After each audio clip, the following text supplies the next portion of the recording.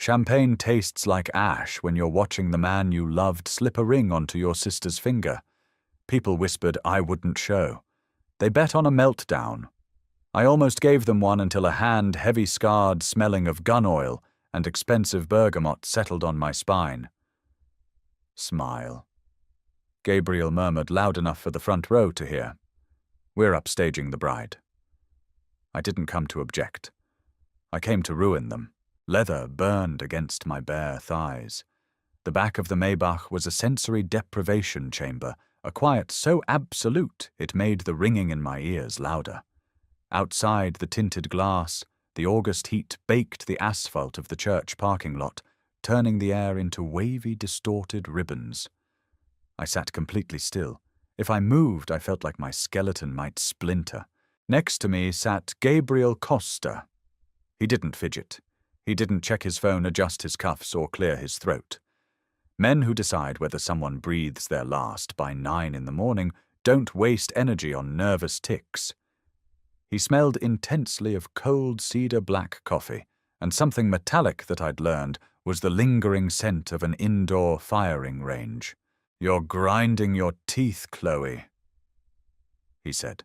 His voice was a low gravel drag, barely louder than the hum of the car's air conditioning. He didn't look at me. His dark eyes were fixed on the heavy oak doors of St. Jude's. My jaw is naturally tense. I lied, forcing my teeth apart. My tongue tasted like old copper. Your pulse is visibly beating against your collarbone. He noted, turning his head slowly. The movement was predatory, lazy, but precise. He reached out his knuckles, grazed with faded, jagged white lines, and pressed a single thumb against the base of my throat.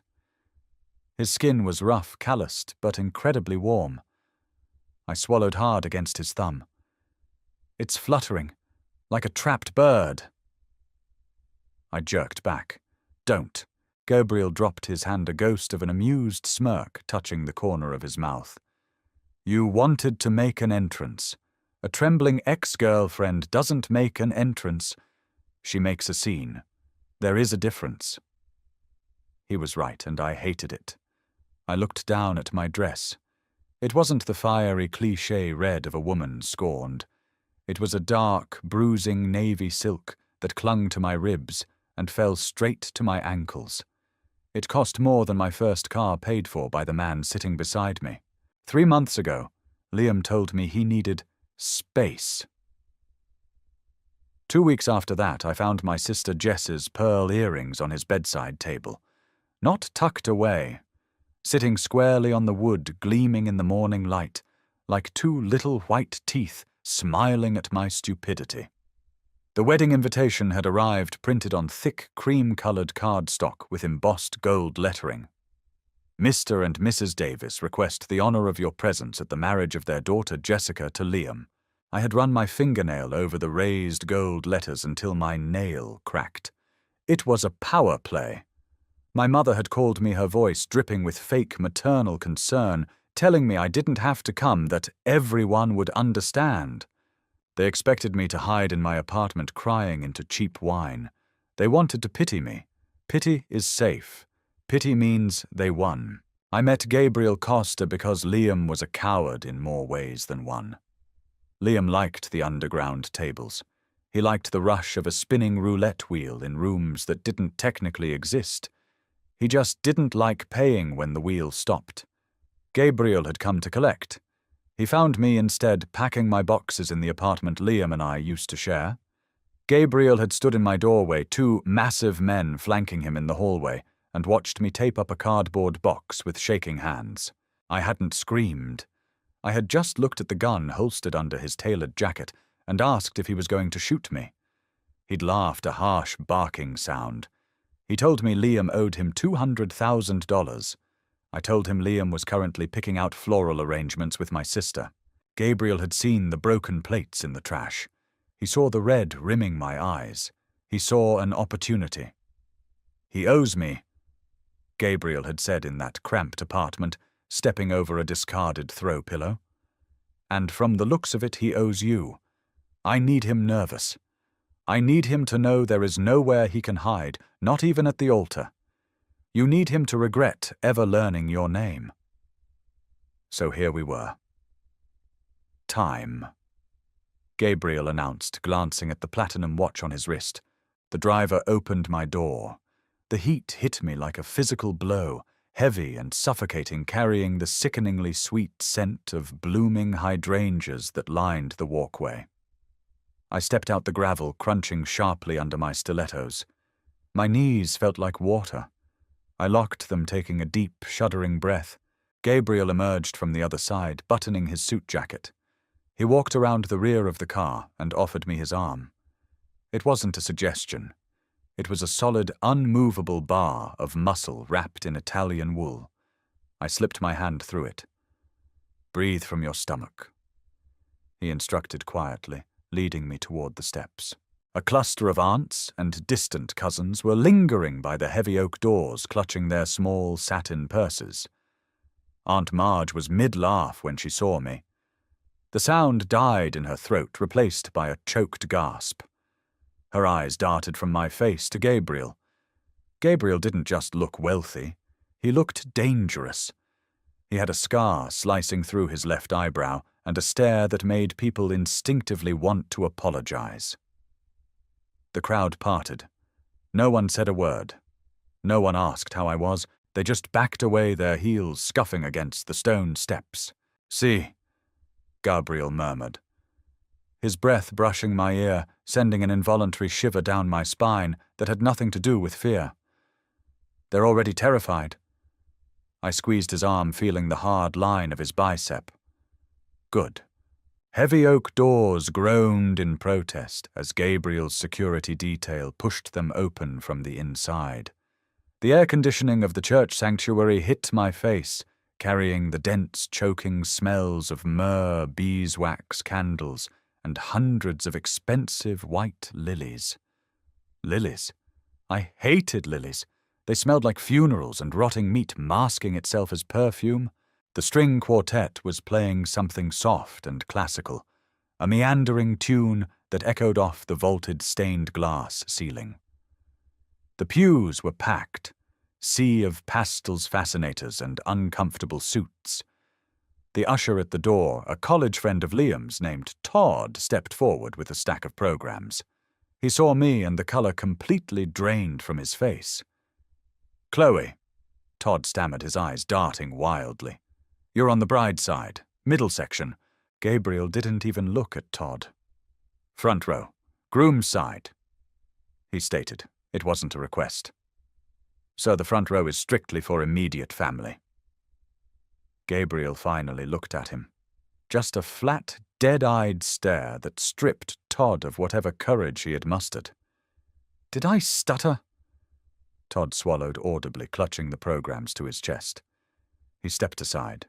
We walked down the aisle. The carpet was thick and plush, absorbing the sound of our footsteps, but our presence was deafening.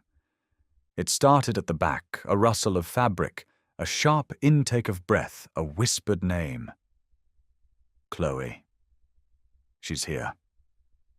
The whispers moved like a wave toward the front, rippling through the congregation. Heads turned, necks craned. I kept my eyes locked on the altar. My heart was hammering so violently against my ribs I thought my chest might crack open. My palms were sweating, slipping slightly against the fabric of Gabriel's jacket. He noticed. He clamped his other hand over my fingers, locking my hand to his arm. The heat of his skin was an anchor. We reached the front row on the right side. Liam's parents were already seated. His mother, an immaculate woman who had always told me I needed to wear more makeup, turned her head. Her jaw literally dropped. She looked at me, then at the towering, lethal man holding on to me, and she physically shrank back into the polished wood of the pew. Gabriel smoothly guided me into the seat closest to the center aisle. He sat next to me, taking up an impossible amount of space, his long legs stretching out entirely unbothered by the sacredness of the venue or the sheer hostility vibrating from the people around us. "You're doing fine," he whispered, leaning close. His lips brushed the shell of my ear. A woman 2 rows back let out a small, scandalized gasp. Let her. Up at the altar, Liam stood with his groomsmen. He was adjusting his cuffs, the gold cufflinks I had bought him for his 30th birthday. My stomach violently pitched a wave of nausea washing over me so strong I had to grip the edge of the pew. He hadn't seen me yet. He was looking toward the back doors, waiting for Jess. He's wearing the cuffs. I choked out the words barely audible. Gabriel's eyes tracked to Liam. I saw the muscles in his jaw tighten. Tacky, he observed coldly. He lacks imagination. The music shifted. The quartet stopped, and the heavy booming notes of the organ began to play the bridal chorus.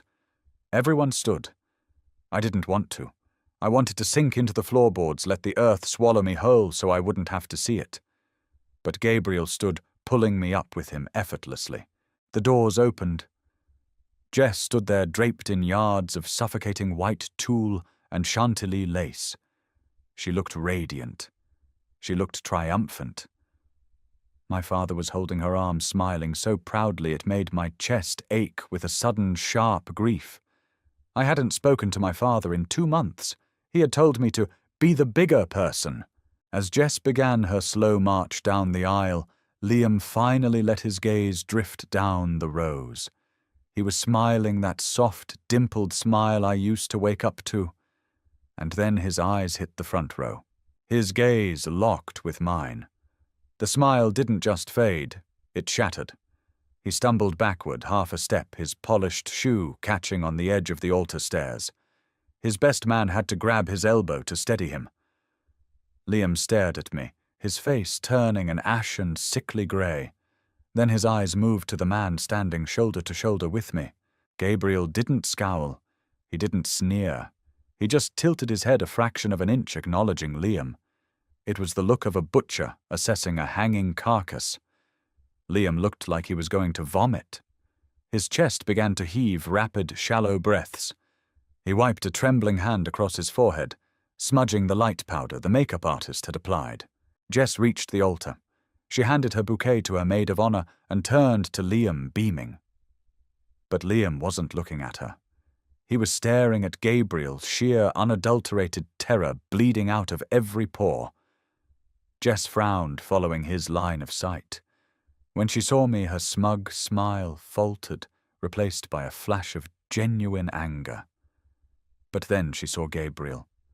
Her brow furrowed in confusion, then unease. The priest began to speak, droning on about the sanctity of marriage and the bonds of trust. The hypocrisy of the words felt like sandpaper against my skin. I felt a sudden burning prickle of tears in the corners of my eyes. It wasn't fair. Despite the anger, despite the presence of a Mafia boss at my side, it still hurt. It was an ugly, ragged wound. A tear slipped free, hot and humiliating, tracking down my cheek. I moved to wipe it, but Gabriel was faster. He didn't hand me a handkerchief. He didn't offer a polite platitude. He reached up his rough thumb, catching the tear right at the corner of my jaw. The intimate, tender gesture in front of 300 people was a shock to the system.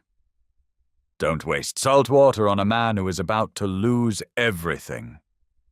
Gabriel whispered, his voice dark and promising. He shifted his stance, his shoulder pressing firmly against mine. Watch his hands, he's shaking. I looked. Liam's hands, clasped in front of him, were trembling violently.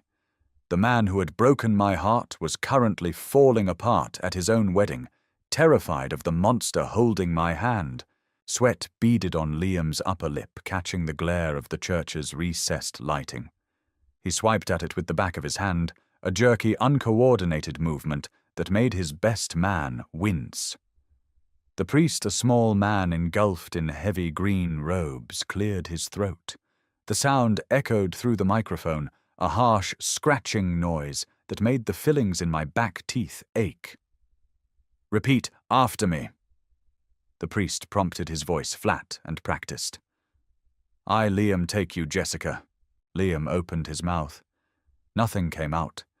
He stared at the priest, Then his eyes darted involuntarily back to the front row, to Gabriel, to me. His throat worked silently. The silence in the sanctuary stretched, pulling tighter and tighter until the air felt thin. Jess dug her manicured nails into Liam's forearm. I could see the fabric of his tuxedo jacket pull taut under her grip. "Liam," she hissed. It was meant to be a whisper, but the microphones picked up the sharp, venomous edge of her voice. Liam." He finally stammered, his voice thin and reedy. It didn't sound like the man who used to confidently order wine in French restaurants or argue passionately about indie films. It sounded like a boy caught stealing. "Take you, Jessica." I closed my eyes for a fraction of a second. I wanted to feel a surge of pure, unadulterated triumph. I had brought the big bad wolf to blow their house down, and it was working. But beneath the satisfaction, there was a heavy, sinking sludge in my stomach. This was the man I had spent 4 years with. We had picked out a stupid, overpriced couch together. We had argued over whose turn it was to buy groceries. Now he was a sweating, trembling mess, terrified of the man sitting beside me, marrying my sister because he was too cowardly to face his own life. It wasn't glorious. It was just incredibly sad. Gabriel shifted the fine wool of his trousers, brushing against the silk of my dress. He didn't offer a comforting word, which I appreciated. Comfort would have made me cry. Instead, he leaned forward, slightly resting his elbows on his knees, steepling his large, scarred fingers. It was a relaxed posture, but it radiated intent. He was watching a bug squirm under a magnifying glass. "He's going to drop the ring." Gabriel murmured, his voice a low, gravelly vibration that only I could hear. "He's not that clumsy." I whispered back, my eyes fixed on the altar. "Fear destroys motor skills, Chloe. Watch his left thumb. It's twitching." I looked. Gabriel was right. When the best man handed Liam the thin gold band, Liam's fingers fumbled. The ring slipped, hitting the stone floor of the altar with a sharp, high-pitched ping. It rolled in a lazy circle before coming to rest against the edge of Jess's white satin shoe. A collective gasp rippled through the pews. My mother let out a small, horrified noise from across the aisle. Jess's face flushed a deep, ugly, mottled red beneath her veil. She didn't stoop to pick it up. She just stared at Liam, her eyes wide, with a mixture of embarrassment and mounting rage. Liam scrambled down to his knees, his tuxedo pants straining at the seams, and grabbed the ring. He shoved it onto her finger so fast I was surprised he didn't dislocate her knuckle. The kiss was brief, closed-mouthed, and entirely devoid of heat. It looked like two strangers being forced to touch. When the priest finally announced them as husband and wife, the applause was hesitant, scattered like a polite smattering at a bad play. The organ music swelled again, aggressive and overly cheerful. "Stand," Gabriel instructed. I stood. My legs felt hollow like stripped birch branches, but they held. We waited as the newly minted Mr. and Mrs. Davis began their march back down the aisle. Jess was smiling rigidly, her eyes fixed on the back doors, refusing to look in my direction. But Liam couldn't help it. As they passed our row, he looked at Gabriel. Gabriel smiled. It wasn't a friendly expression. It was a baring of teeth, sharp and predatory. He raised a single hand, tapping 2 fingers against his own temple in a mock salute. Liam stumbled again, knocking into Jess's shoulder. She hissed something at him, her smile never dropping for the cameras.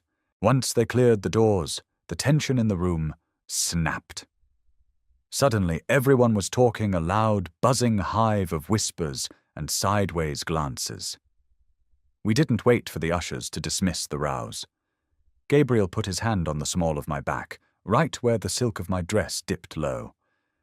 His palm was hot against my bare skin, a branding iron pressing through the chill of the air conditioning. He steered me out of the pew and down the aisle against the flow of the crowd. People scrambled out of our way, pressing themselves into the wooden benches to avoid brushing against his suit. We stepped out into the blinding August sunlight. The heat instantly wrapped around my throat. "Breathe," Gabriel commanded quietly, steering me toward the idling Maybach. I inhaled the heavy scent of hot asphalt and exhaust fumes filling my lungs. It smelled infinitely better than the lilies. I collapsed into the leather seat of the car, kicking off my stilettos the second the door closed. My feet were throbbing.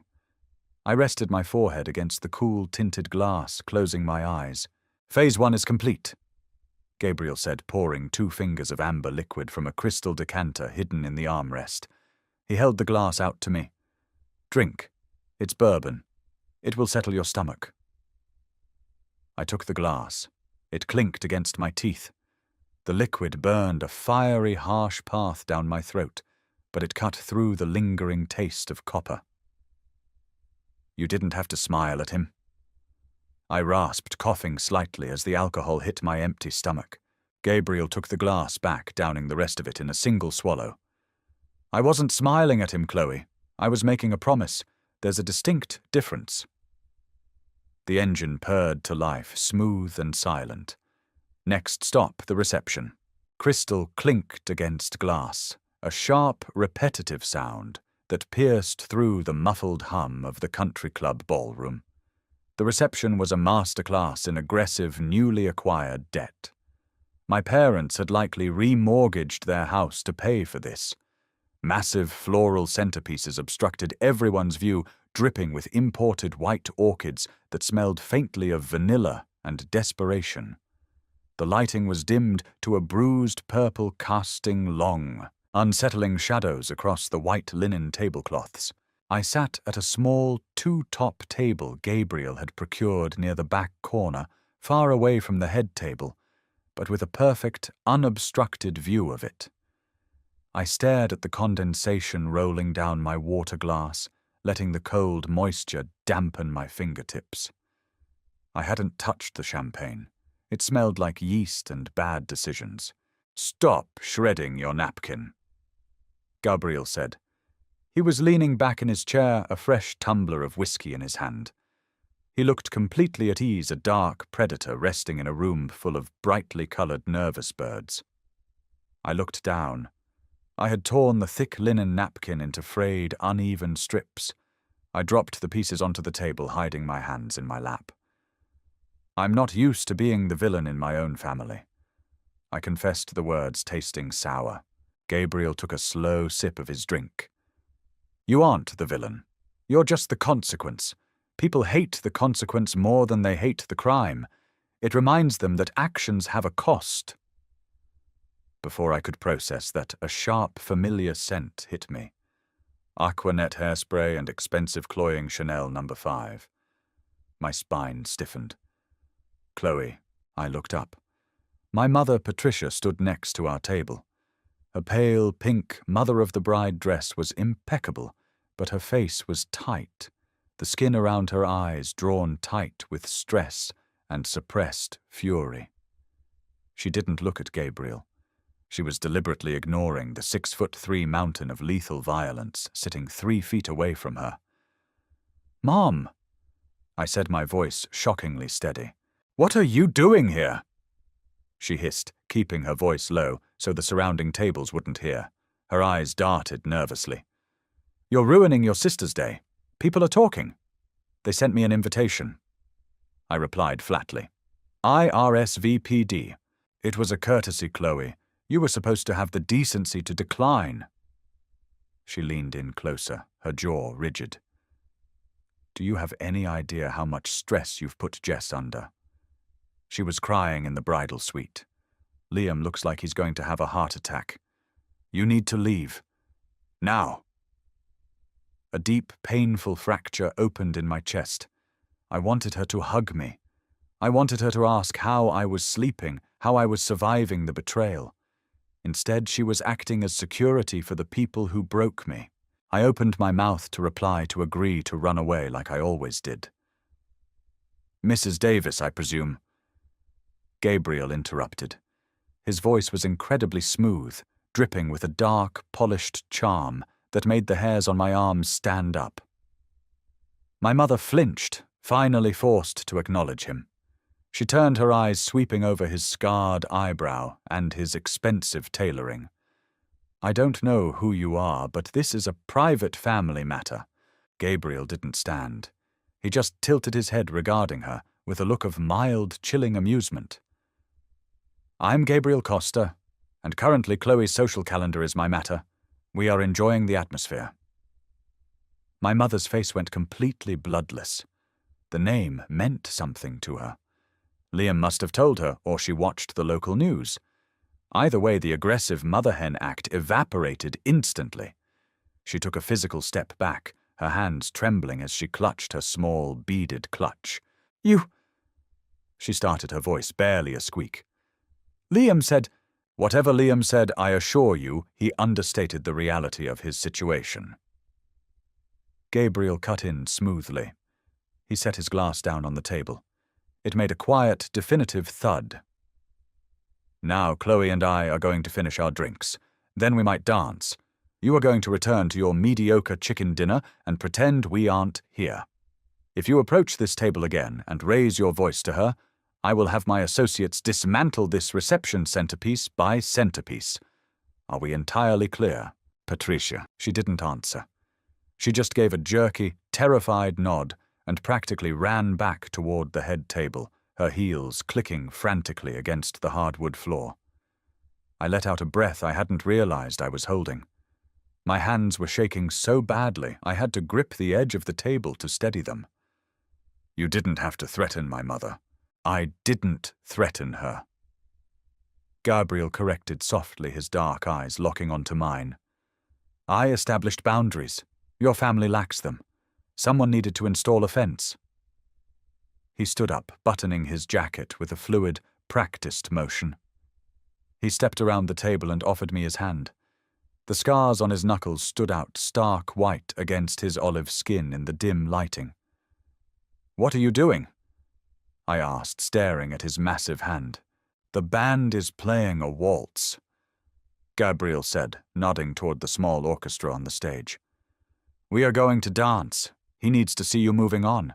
He needs to see another man touching you, and he needs to know that man is me. I can't dance right now. My knees won't lock. Then I'll hold you up, he promised. I placed my hand in his. His grip was firm, calloused, and instantly grounding. He pulled me up, leading me toward the polished wood of the dance floor. The crowd parted for him instinctively, like water flowing around a jagged rock. We stepped into the center of the floor, directly in the line of sight of the head table. Gabriel pulled me flush against his chest. I gasped softly at the sudden hard contact. He smelled like heat cedar and danger. One of his large hands settled on the small of my back fingers, splaying wide, pressing me into him.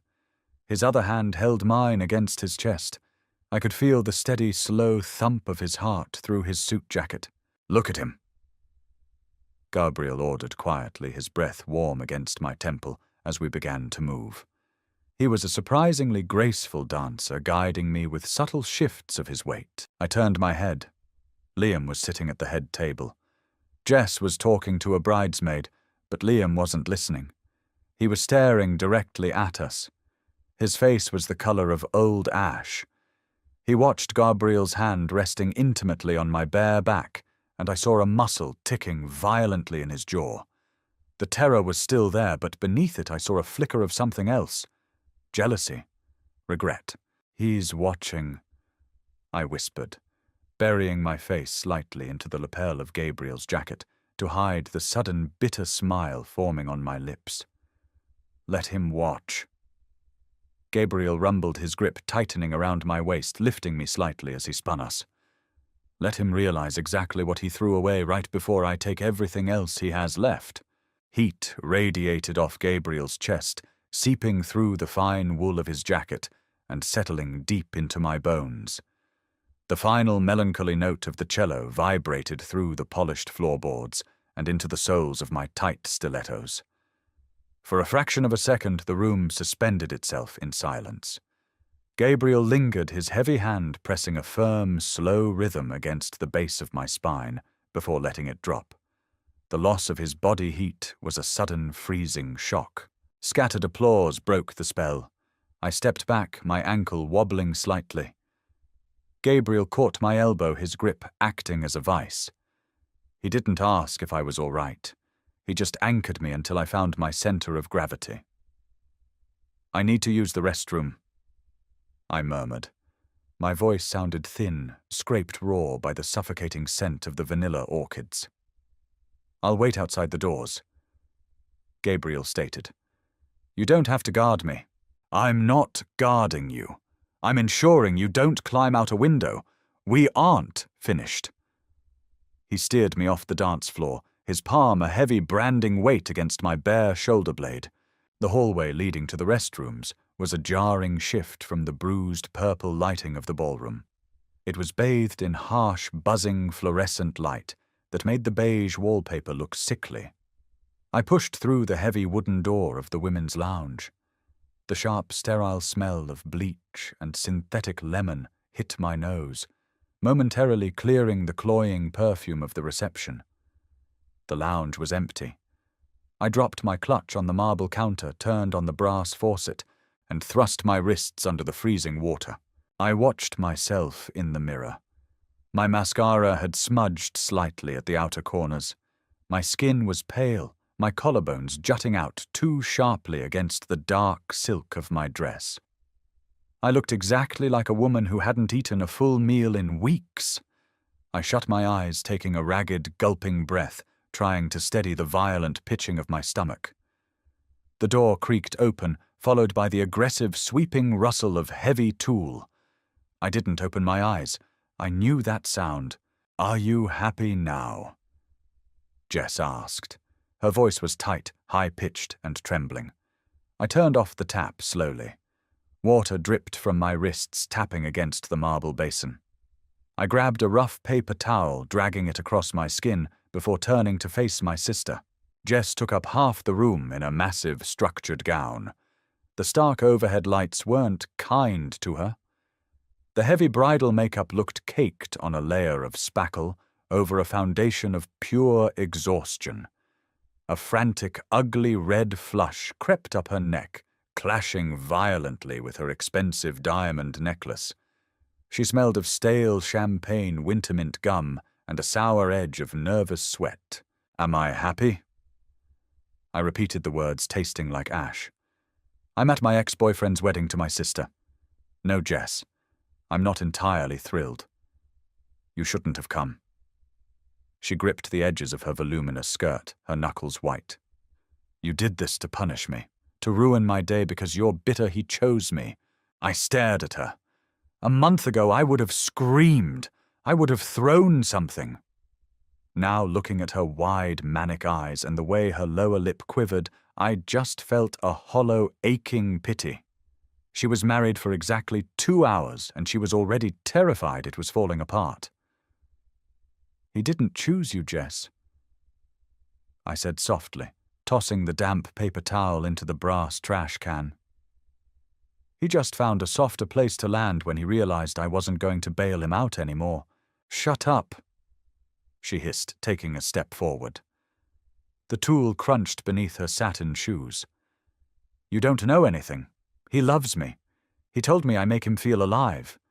You were suffocating him, Chloe.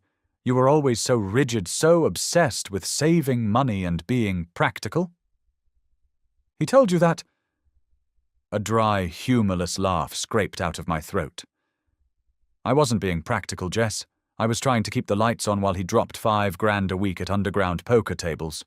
Jess flinched, a microscopic twitch of her left eye. She knew. Of course she knew. Liam was terrible at hiding his vices. He was just good at making excuses for them.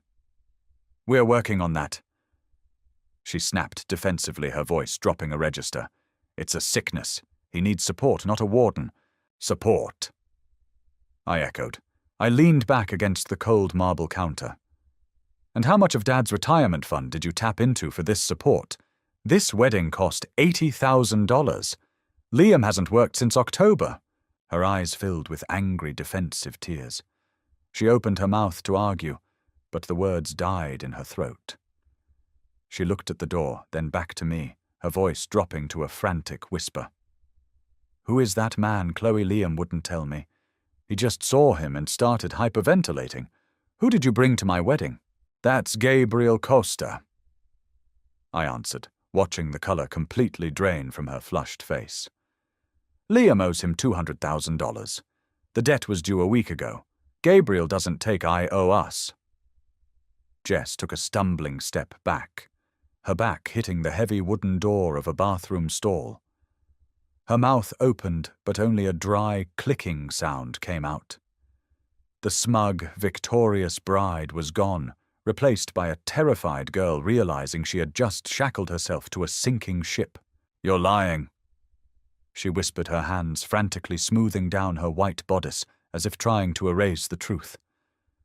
You're just trying to scare me. I don't have to scare you, Jess, I said quietly, picking up my clutch. The leather felt cold and hard against my palm. You're already terrified. I see it in your eyes. I walked past her. She didn't try to stop me. She just stood there, breathing in shallow, erratic gasps, drowning in a sea of white tulle. I pushed the door open, stepping back out into the sickly, fluorescent light of the hallway. Gabriel was leaning against the opposite wall, checking his watch. He glanced up, his dark eyes instantly reading my posture. Are we leaving? He asked, his tone entirely neutral. No, I said, my voice hardening. I want to hear the speeches. Waitstaff moved in synchronized lines, setting down plates of dry chicken and lukewarm asparagus. The clatter of silverware against china created a jagged metallic undertone to the low hum of nervous conversation. The atmosphere in the room had soured. People weren't laughing anymore. They were eating quickly, casting sideways glances at our table in the corner. Gabriel hadn't touched his food. He sat completely still, nursing his third glass of whiskey, his eyes locked on the head table, like a sniper waiting for a target to step into the crosshairs. Up at the front, Liam was unraveling. His bow tie hung loose around his neck. He had completely abandoned his dinner, opting instead to compulsively shred his napkin into tiny, pathetic pieces. Jess hadn't returned to the table yet. I knew she was still in the bathroom, probably crying into the marble sink, ruining her expensive makeup. The best man, Todd, stood up. He tapped his knife against his champagne flute. The sound was sharp and intrusive. The room fell into an uneasy, breathless silence. Hey, everyone. Todd started, leaning into the microphone. It shrieked with a brief burst of feedback. He winced, stepping back. We're all here to celebrate Liam and Jess. It's been a crazy ride. Todd looked at Liam, desperately searching for a reassuring smile. Liam just stared blankly at his water glass, his face slick with a thin sheen of sweat. Liam is my best friend. Todd soldiered on, his voice painfully, overly enthusiastic. He's the kind of guy who always takes risks. He goes all in, and well, today he went all in on Jess. A few polite, strained chuckles drifted through the room. I took a slow sip of my water. It tasted like metal. Gabriel leaned over the scent of bergamot and whiskey, momentarily masking the smell of roasted meat. Watch him, Gabriel instructed softly. He's reaching his breaking point. A man can only sit in the presence of his executioner for so long before he begs for the axe.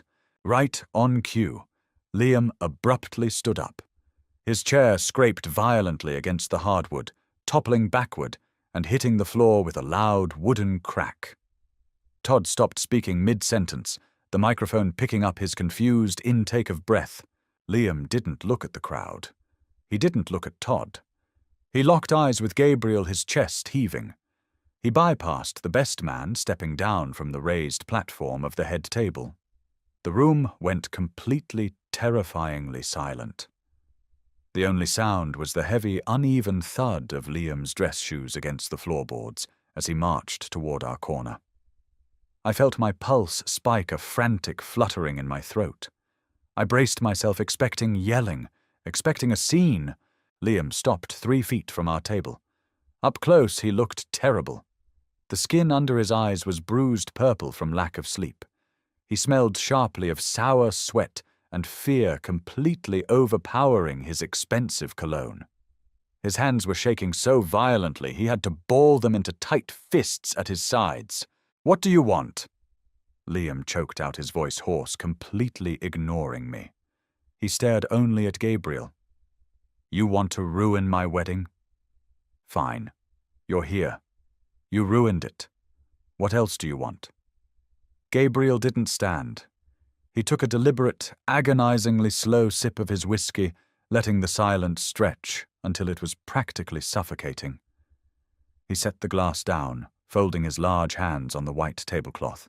"I want my $240,000, Liam."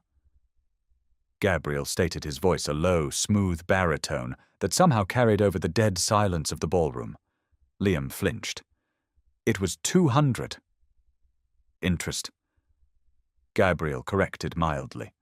"It accrues daily. You missed the deadline by 9 days. You are currently accruing an additional $2,000 every 24 hours.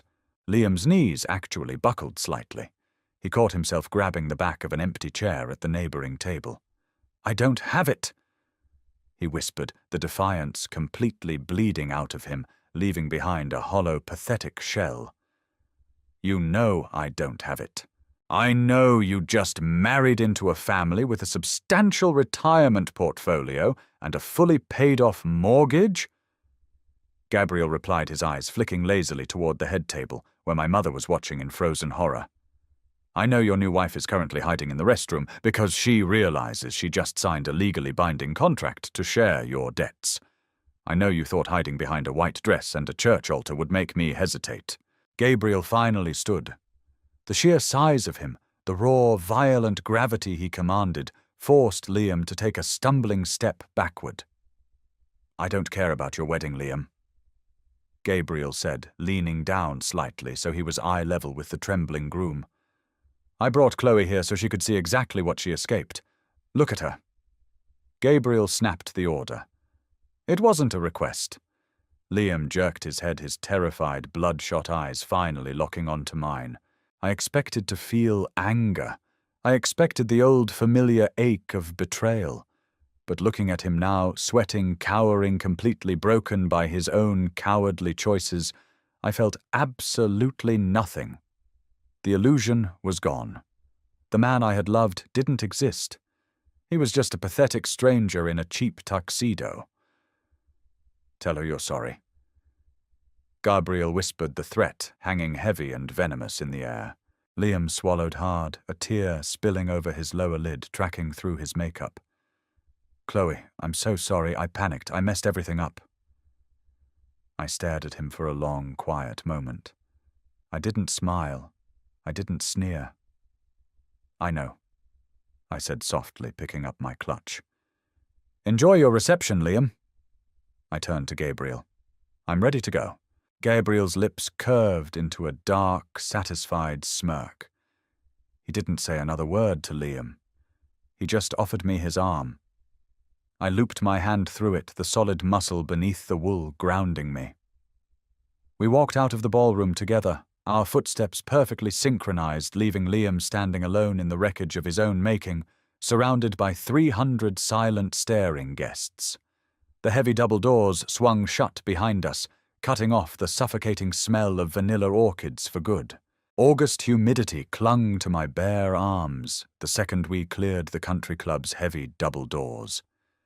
Gravel crunched sharply beneath my bare feet. I had abandoned my stilettos somewhere near the coat check and didn't care.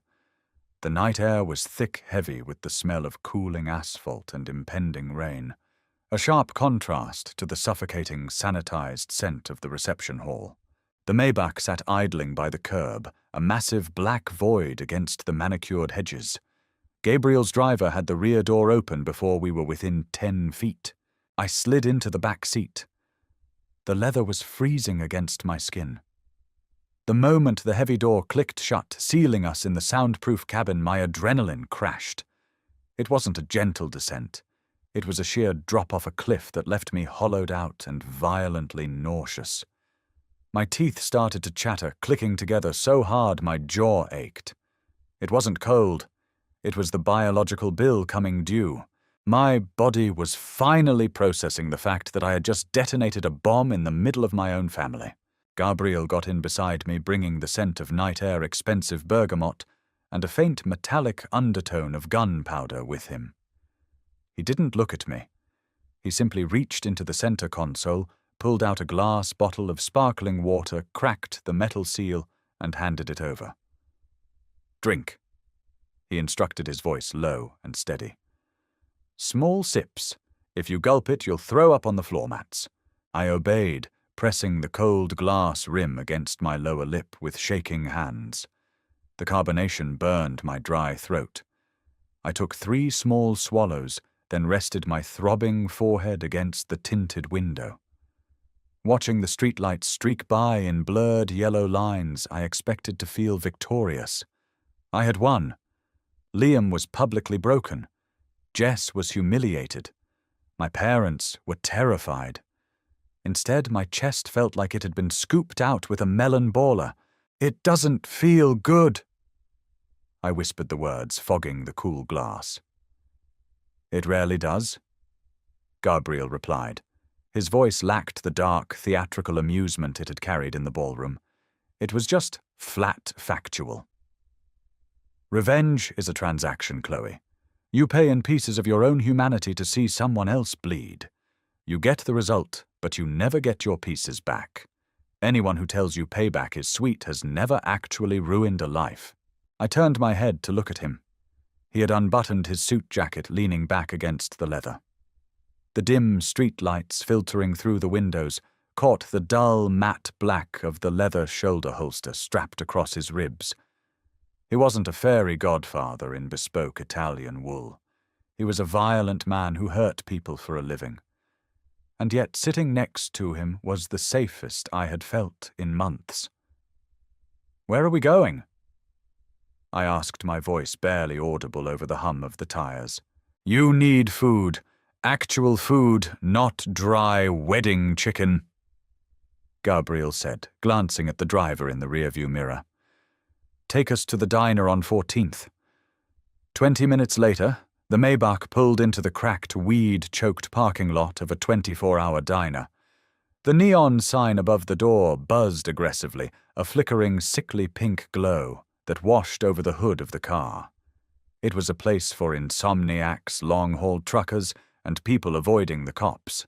Gabriel didn't wait for the driver to open his door. He stepped out into the muggy night, the gravel crunching under his polished shoes. I followed, shivering in my expensive navy silk dress amid the overpowering smell of exhaust fumes and old frying oil. Inside the diner was aggressively bright. Fluorescent tubes hummed a low, persistent note overhead. The air was thick and heavy, laden with the scent of burnt coffee bacon grease and industrial floor cleaner.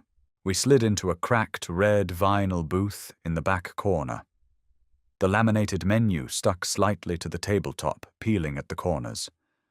A waitress with a faded blue name tag and deeply tired eyes walked over, slapped down 2 thick ceramic mugs, and filled them with pitch-black coffee. She barely glanced at Gabriel's facial scars or my evening gown. In places like this, nobody asked questions. "Black," Gabriel said, tapping the menu with a scarred knuckle. "And a plate of fries, extra salt." She nodded and walked away, her rubber-soled shoes squeaking against the peeling linoleum. I wrapped both hands around the hot mug, letting the searing heat seep into my frozen, trembling fingers. I stared into the dark liquid, watching my own distorted reflection. "He's going to call me," I murmured, my voice thick with exhaustion. "Liam, my mother. They'll call tomorrow. They'll ask me to pay it." Gabriel took a slow sip of his coffee. He didn't flinch at the scalding heat. "And what will you say? I have $40,000 in a high-yield savings account." I admitted, my grip tightening on the mug. "It was our house fund. I kept it when he moved out. It legally belongs to me, but I have it." Gabriel set his mug down. The clink of the heavy ceramic against the sticky table sounded like a gavel dropping. His dark eyes locked onto mine, stripping away any pretense, any lingering delusion I had left. "If you pay a single dime of his debt, Chloe, I will take it, and then I will still break his legs," Gabriel said softly, the lethal promise vibrating in his chest. "Because if you pay it, you aren't saving him. You're just paying your family for the privilege of treating you like garbage." Bacon grease popped aggressively on the flat-top grill behind the counter, a sharp snapping sound that punctuated the heavy silence in our booth. I stared at Gabriel, my stomach knotting into a tight, painful fist. He wasn't bluffing. There was a terrifying stillness to him, a complete absence of the moral hesitation normal people carried. "They're my family," I argued, but the words tasted weak and pathetic in my mouth. "Jess is my sister. If he goes down, he takes her with him. They just bought a house. My parents co-signed the mortgage. If he defaults on everything, my parents lose their retirement. They made a choice." Gabriel countered softly. He leaned forward, his massive forearms resting heavily on the sticky table. "Your sister slept with your boyfriend in the apartment you paid for. Your parents covered it up to save face and preserve their social standing. They threw you to the wolves, Chloe. You just happened to find a wolf that bites back." The waitress returned, dropping a greasy porcelain plate piled high with golden fries between us. She refilled Gabriel's coffee without asking her face an unreadable mask and disappeared back behind the counter. Gabriel picked up a fry. "Liam is a parasite. Parasites don't survive unless they find a willing host. You were his host for 4 years. You fed him, housed him, cleaned up his messes, and balanced his checkbook. When you finally stopped, he panicked and latched onto the nearest available blood supply. Your sister." I closed my eyes, a sharp, stabbing ache blooming directly behind my temples. The smell of the cheap acidic diner coffee mixed with the phantom memory of Jess's expensive Chanel perfume twisting my stomach. "He won't stop?" Gabriel continued, his voice an unrelenting low rumble that offered no comfort. "He will drain her accounts. He will leverage your parents' house. He will bleed them entirely dry, and when the bank finally comes to foreclose, he will pack a bag in the middle of the night and disappear. You know this. Deep down, you know exactly who he is." Tears pricked the corners of my eyes, hot, stinging, and deeply humiliating. I didn't want to cry in front of him again. I dug my fingernails into my palms until the sharp pain grounded me. "I could stop it," I whispered, opening my eyes to look at him. "I could give you the 40,000, a down payment, make a deal, buy them time." Gabriel's expression darkened instantly. The subtle, dangerous shift in his posture made the air in the booth feel suddenly very thin. "I don't need your money, Chloe. I make $40,000 before my morning shower. This isn't about the cash." "Then what is it about?" I snapped, my voice rising slightly, cracking under the strain. A trucker 2 booths down glanced over, then quickly looked down at his eggs when Gabriel simply turned his head to look at him. "It's about consequence," Gabriel said, turning his attention back to me. "I told you I needed him to realize there is nowhere to hide. But I also brought you tonight because I needed you to see them for what they are. Weak." He reached across the table. I flinched, bracing for a touch, but he just picked up my cell phone, which I had set next to my coffee mug.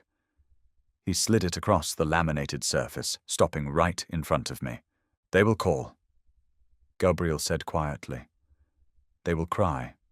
They will beg. Your mother will tell you that family forgives. Liam will tell you he made a mistake. Jess will blame you for ruining her life." He leaned back, the red vinyl groaning under his weight.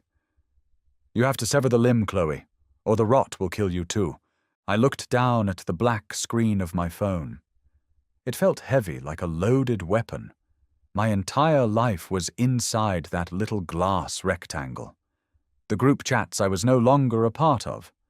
The missed calls from my father that I hadn't answered in 2 months. The agonizing, humiliating text messages where I had begged Liam for an explanation he never gave. My thumb hovered over the screen. It lit up. One new voicemail, Mom. My breath hitched. The screen glared up at me, bright and demanding in the dim diner. I could almost hear her voice, the frantic, desperate edge the guilt trip expertly masked as maternal affection. Chloe, how could you do this to us? You need to fix this. Gabriel didn't push. He sat back and drank his cheap coffee silently, watching me wage a war inside my own head.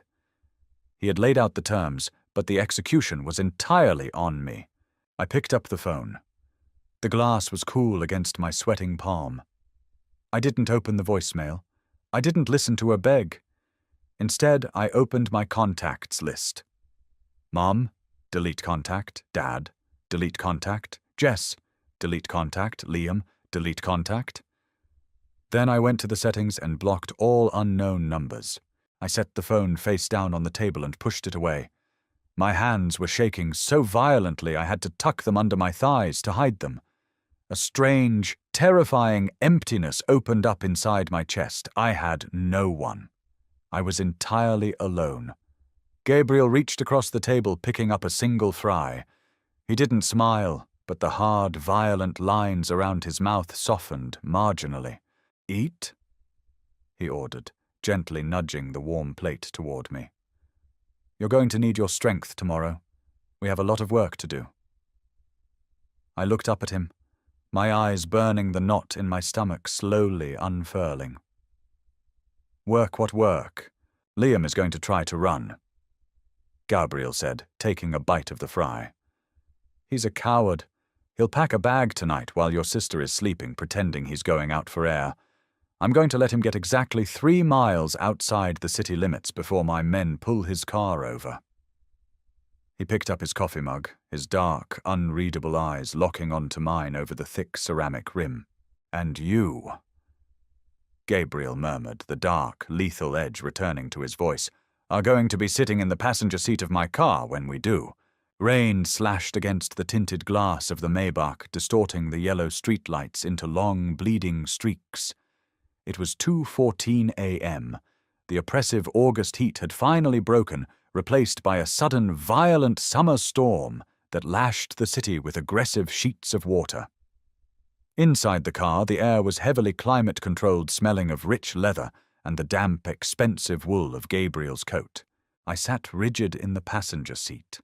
My navy silk dress was wrinkled, clinging uncomfortably to my thighs like a cold second skin. Exhaustion gnawed at the base of my skull, a dull, throbbing ache that made my vision blur at the edges. Gabriel stared straight ahead at the dark ribbon of Highway 9. He was completely motionless, a stone gargoyle waiting out the storm. Static popped sharply from a radio installed beneath the dashboard. Target is approaching the county line marker. Silver Civic. Traveling alone. Box him. Gabriel ordered quietly into a handheld mic. The Maybach surged forward. The heavy V12 engine purred, a dark vibration I felt vibrating through my teeth. We crested a slight hill, and there it was, a pair of faded red tail lights cutting through the downpour. Liam's car. The same car we used to take on weekend trips to the coast, now fleeing the wreckage he created. 2 matte black SUVs materialized from the darkened access roads, sliding smoothly into the lanes ahead of and beside the Civic. The precision was terrifying. They didn't ram him.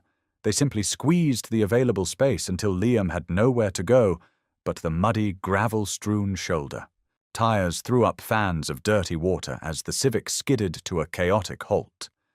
The Maybach slid in directly behind it, its high beams pinning the smaller car in a blinding spotlight, blocking any chance of a reverse escape. Silence slammed back into our cabin as the engine settled into a low idle. He locked his doors. Gabriel observed his voice devoid of any inflection. He reached across the center console, his large hand brushing my knee as he retrieved a heavy black umbrella from a compartment. "Are you coming, Chloe?" My throat was completely dry. I looked at the silver car. Through the rain-slicked rear window, I could see the silhouette of a man, frantically punching his steering wheel. "Yes," I rasped. Gabriel opened his door. The roar of the rain was instantly deafening, carrying the sharp scent of ozone and crushed, wet grass. He walked around the hood, opening my door and extending the umbrella over my head. I stepped out my bare feet, sinking instantly into cold, gritty mud. I shivered, but my spine remained entirely straight. We walked to the driver's side of the Civic. Liam was illuminated by the harsh white glare of the Maybach's headlights. His tuxedo jacket was gone, replaced by a cheap grey hoodie. On the passenger seat, sitting in plain view, was a stuffed black duffel bag. Less than 12 hours. He couldn't even make it to sunrise before abandoning my sister to face the fallout alone. Gabriel didn't yell. He didn't draw a weapon from his shoulder holster. He simply raised his right hand and rapped his scarred knuckles against the driver's side window. Tap! Tap! Tap! Liam flinched violently. He looked at Gabriel. Then his wide, terrified eyes shifted to me, standing quietly under the black canopy of the umbrella. His hand shook as he rolled the window down exactly 2 inches. "Please!" Liam begged, his voice cracking, barely audible over the drumming rain. "I'm leaving. I'm going away. You'll never see me again. Just let me go." "You owe me $240,000. Gabriel said, leaning down so his mouth was level with the crack in the glass. "Running doesn't cancel the debt, Liam. It just changes the collection method. I have nothing." Liam sobbed, pressing his forehead against the steering wheel. "Jess's accounts were locked. Her dad put a freeze on everything after the reception. They know. They kicked me out. I have $200 in my wallet." I stared at the duffel bag. A sick, twisted sense of vindication settled over my chest, heavy and final. My parents had turned on him the second he became a financial liability. They were ruthless when it came to protecting their assets, and Liam had severely miscalculated his safety net. "Chloe," Liam pleaded, turning his face toward me. Rainwater and tears mixed on his cheeks. "Chloe, please, talk to him. You know me. I'm not a bad guy, I got in too deep. Help me." The rain battered the nylon of the umbrella. I looked down at the man I had spent 4 years loving. I searched my chest for a spark of sympathy, a flicker of the protective instinct that used to define our relationship. There was nothing, just cold, empty air. "You aren't a bad guy, Liam," I said, my voice shockingly steady, cutting through the noise of the storm. "You're just a coward, and I am entirely done saving you." I stepped back out from under the umbrella, letting the freezing rain hit my face and plaster my hair to my cheeks. It felt like a baptism, a harsh, brutal cleansing. Gabriel stood up straight. He didn't look at Liam anymore. He looked at me, watching the rain wash away the last traces of the woman I used to be. A slow, genuine smile touched the corners of his mouth. "My men will escort you back to the city, Liam," Gabriel stated to the cracked window. "You are going to sign over the title to this car, and then you are going to sit in an empty room until we decide how you work off the rest." Gabriel turned his back on the Civic. He walked over to me, wrapping his warm, dry coat around my soaking shoulders. "Let's go home, Chloe," he murmured. The Maybach's heavy doors sealed shut instantly, cutting off the roar of the storm. I sank into the leather, pulling his coat tighter around my trembling frame. It smelled like safety. As the driver executed a smooth U-turn on the slick asphalt, I caught one final glimpse of the silver Civic in the side mirror, boxed in by matte black steel, shrinking into the distance until it was swallowed entirely by the heavy rain. I leaned my head against the headrest, closing my eyes. The phantom weight of the past 4 years finally detached from my spine, leaving me light bruised and dangerously free. Gabriel reached across the console, his rough, scarred fingers intertwining with mine. I didn't pull away. The old Chloe died in that church today, and I was surprisingly eager to find out who was going to take her place. That wraps up the intense and dramatic conclusion of Chloe's dark journey. If this Mafia romance kept you entirely on the edge of your seat, smash that like button and share this video with your fellow dark romance lovers. The drama, the betrayal, and the ruthless revenge are exactly why we love these grounded, gritty stories. Be sure to subscribe to the channel and turn on notifications so you never miss out on the next heart-pounding series we drop. The world of dangerous men and the women who survive them is only getting bigger from here. See you in the next one.